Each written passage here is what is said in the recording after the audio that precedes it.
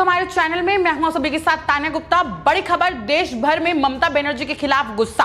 पश्चिम बंगाल में चुनाव के बाद की हिंसा और आतंक की राजनीति के खिलाफ आध्यात्मिक जगत में गुस्सा देखने को साफ मिल रहा है। बंगाल में ममता बनर्जी के राज में दलितों का बुरा हाल टीएमसी के गुंडों के निशानों पर है।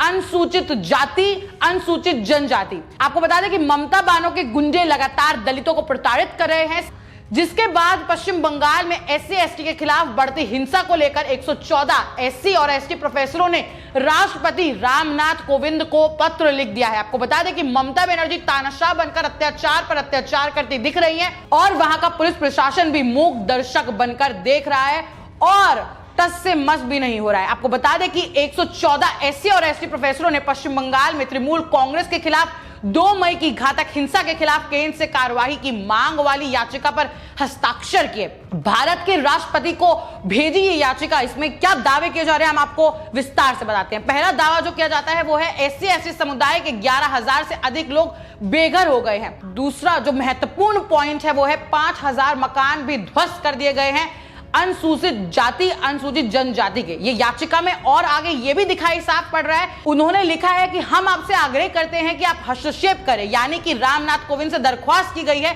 कि वो हस्तक्षेप करें और पश्चिम बंगाल सरकार, राज्य पुलिस और टीएमसी पर हिंसा, लूटपाट और बलात्कार के आरोप लगाते हुए एससी एसटी समुदाय को बचाए। सबसे बड़ी मांग उठ रही है। साथ ही साथ असम, ओडिशा और झारखंड में 2000 से अधिक के शरणार्थी बनने का दावा। आपको बता दें कि ये पूरी याचिका में साफ होता दिख रहा है कि किस बेदर्दी से टीएमसी के गुंडे दलितों के घर को आग में झोंक रहे हैं, उनके साथ अत्याचार कर रहे हैं, उनका लूट कचूट रहे हैं और साथ ही साथ उनकी महिलाओं को प्रताड़ित कर रहे हैं। उनकी इस पत्र के जरिए राष्ट्रपति से हस्तक्षेप की मांग की गई है। साथ ही साथ केंद्र से भी कहा गया है, मदद की गुहार लगाई गई है और उन्हें बोला गया है कि पूरे मामले में हस्तक्षेप करें। पश्चिम बंगाल में रहने वाले दलित लोग काफी ज्यादा परेशान हैं और वो पलायन करने पर मजबूर होते दिख रहे हैं। ये पहली बार नहीं है जो बंगाल से ऐसी खबरें आ रही हैं। ममता बनर्जी विधानसभा चुनाव जीतने के बाद से ही हर तरफ उनको घेरा जा रहा है। आपको बता दें कि केंद्र सरकार से भी ये याचिका के तहत पश्चिम बंगाल में जांच की मांग तेज होती दिख रही है पूरे देश में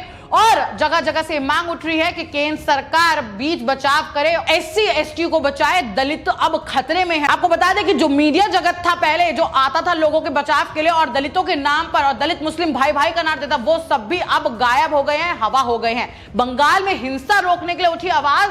इसी के साथ साथ बिहार के बुद्धिजीवियों ने भी राज्यपाल फागू चौहान को लिखा पत्र। पश्चिम बंगाल में विधानसभा चुनाव के बाद जारी हिंसा को लेकर अब बिहार ने भी कार्रवाई की मांग की है।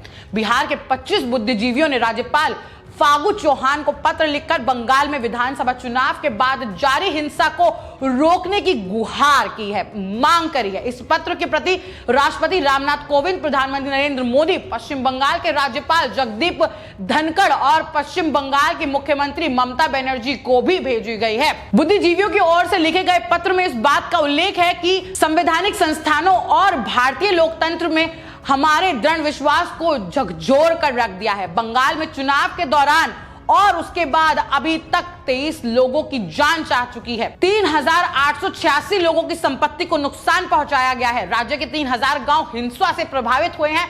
पीड़ितों की संख्या 70,000 से भी ज्यादा हो गई है। हजारों लोग आज भी पड़ोसी राज्य में शिविर में रहने पर मजबूर कर दिए गए हैं टीएमसी के गुंडों के द्वारा। ऐसे में इन लोगों की घर वापसी और पीड़ितों का उचित मुआवजा देने की जरूरत है। ये मांग उठा रहे हैं पूरे देश से, प्रदेश से और ममता बनर्जी, ममता बानो कुछ भी करती नजर नहीं आ रही है। ममता बनर्जी के गुंडे, टीएमसी के गुंडे जो हैं वो अत्याचार पे अत्याचार करे जा रहे हैं, गुंडा राज कर रहे हैं। ममता दीदी अब हिटलर बन गई हैं और तानाशाह के जरिए जो भी उनके खिलाफ जा रहा है और सबके साथ बदसलूकी कर रहे हैं। साथ ही साथ अगर पुलिस प्रशासन से बोला जाए तो पुलिस प्रशासन ने भी अपने हाथ जोड़ लिए हैं ममता दीदी के आगे और जब लोग उनके पास मदद की गुहार के लिए जाते हैं और अपने लिए इंसाफ की गुहार उनसे लगाते हैं तो वो भी मूक दर्शक बनकर देखते रहते हैं। आपको बता दें कि बेहमुल्ला जैसे फर्जी दलित के लिए जब पूरा मीडिया जगत इकट्ठा हो जाता है, बॉलीवुड आ जाता है, मोमबत्ती गैंग सामने आया था, अब जब टीएमसी के गुंडे लगातार गुंडा राज दिखा रहे हैं, ये सबको प्रताड़ित कर रहे हैं और ये खबरें सामने आ रही हैं, लगातार इतनी बड़ी मात्रा में लोगों को मौत के घाट उतारा जा रहा है और अपना मनमानी रवैया कर रही हैं जब ममता बानो, तब इतना सन्नाटा क्यों है? क्या डर गया है मीडिया उनके खिलाफ जाने से? तथाकथित मसीहा कहने वाले दलितों के अब वो सभी नेता कहां गायब हैं? ये सबसे बड़ा सवाल है। आपको बता दें कि शिक्षाविदों ने ममता बनर्जी सरकार से को आगे किया है कि सरकार राजनीतिक विद्रोहियों के खिलाफ हिंसा का माहौल बनाकर संवैधानिक मूल्यों के साथ खिलवाड़ करना अब बंद करे। पत्र लिखने वालों में professor, vice chancellor, director, dean और पूर्व वाइस चांसलर भी शामिल हैं।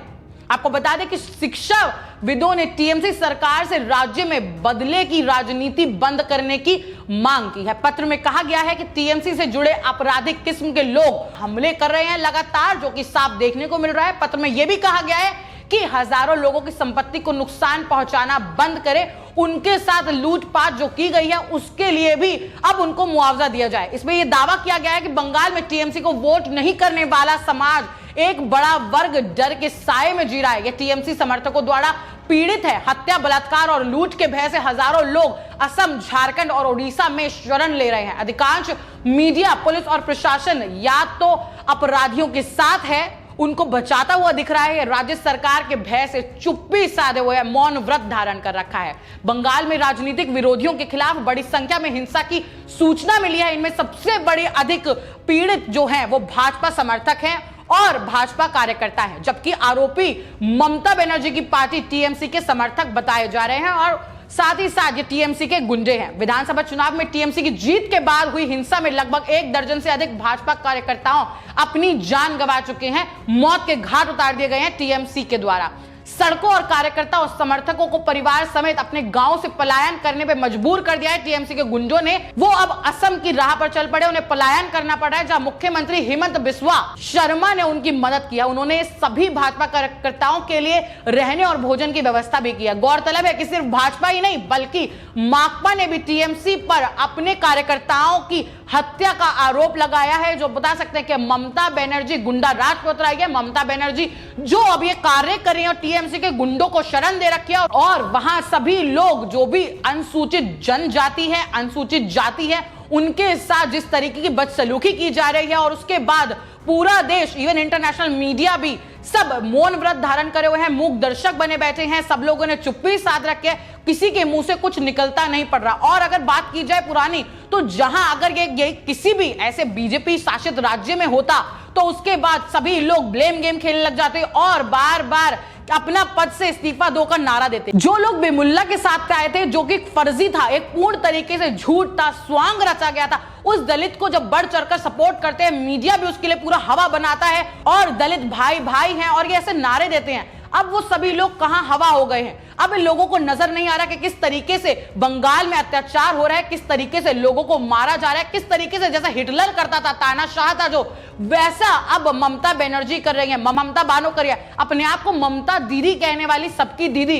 अब कहां है दीदी जो उनके गुंडे, उनके साथ एक महिला होने के बाद उस पर उन्होंने चुप्पी साध रखी। जो गैंग रेप की घटनाएं सामने आ रही है लगातार, टीएमसी के गुंडे ना तो बच्चियों को छोड़ रहे हैं, ना ही एसटी की महिलाओं को, साथ ही साथ ना ही वृद्ध महिलाओं को। तो एक औरत होने के नाते जिन लोगों ने उनको समर्थन दिया था या जो लोग उनके साथ थे, उसके बाद भी अभी भी जैसे प्रताड़ित किया जा रहा है, जैसे कि गुंडे राज का माहौल है। पश्चिम बंगाल से लगातार खबरें आ रही हैं। उसके बाद अब ममता बनर्जी कहां है? ममता बनर्जी ने मौन व्रत क्यों धारण करा हुआ है, जिसके तहत अब प्रोफेसरों ने, बाकी पूरे देश भर से मांग उठ रही है कि इसमें अब जो हस्तक्षेप करे वो राष्ट्रपति करे, रामनाथ कोविंद संज्ञान ले, रामनाथ कोविंद इस पूरे मामले को देखे। साथ ही साथ केंद्र को भी हस्तक्षेप करने के लिए लेटर लिखा गया है। केंद्र से ये दरख्वास्त की गई है कि अब वो कुछ बोले, क्योंकि जिस पर भी उम्मीद थी, जिस पर भरोसा था खुद ही, उसके बाद वो भरोसे के लायक नहीं है। और पुलिस प्रशासन भी बंगाल का अब अपने हाथ बांधकर खड़ा हुआ है और वो मदद नहीं कर रहा है, या वो सिर्फ गुंडों के साथ है, या उसने अब सिर्फ सोच रखा है कि चुप रहेंगे, मौन व्रत करेंगे। तो अब सबसे बड़ा सवाल उठता है कि ममता बनर्जी के खिलाफ जो देश भर में मांग उठ रही है और ममता बनर्जी किस तरीका का राज्य कर रही है, उनकी सरकार कितने वक्त तक चल पाएगी, देखना अहम होगा। हम फिर लौटेंगे देश और दुनिया की तमाम बड़ी खबरों के साथ, तब तक बन रहे हमारे चैनल के साथ।